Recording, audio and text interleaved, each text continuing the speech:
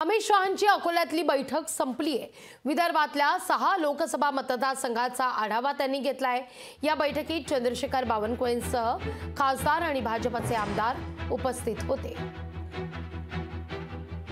ज्या ज्या लोक कल्याणकारी योजना आणलेल्या आहेत त्या योजना अतिशय चांगल्या पद्धतीने सरकारने काढलेल्या आहेत, त्याचं इम्प्लिमेंटेशन केलेलं आहे।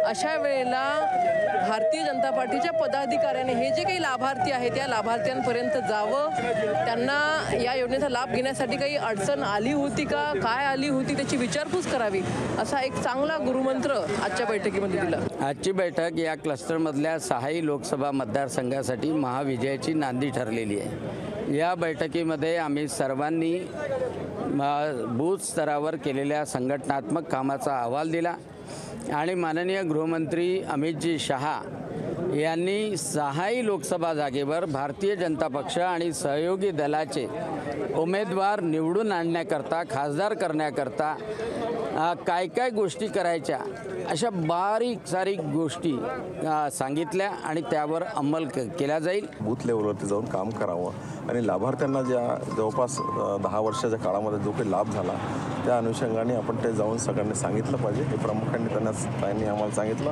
आणि त्या अनुषंगानं आम्ही मोठ्या प्रमाणात आमचे सगळे कार्यकर्ते पदाधिकारी या सगळ्या गोष्टी करतात आहेत। आम्ही त्याचा त्यांना विश्वास दिला आणि अब की बार 400 पार हे होईल हा सुद्धा त्यांना आम्हाला विश्वास दिलेला आहे। लोकशाही मराठी ऐका, पहा, जागरूक रहा।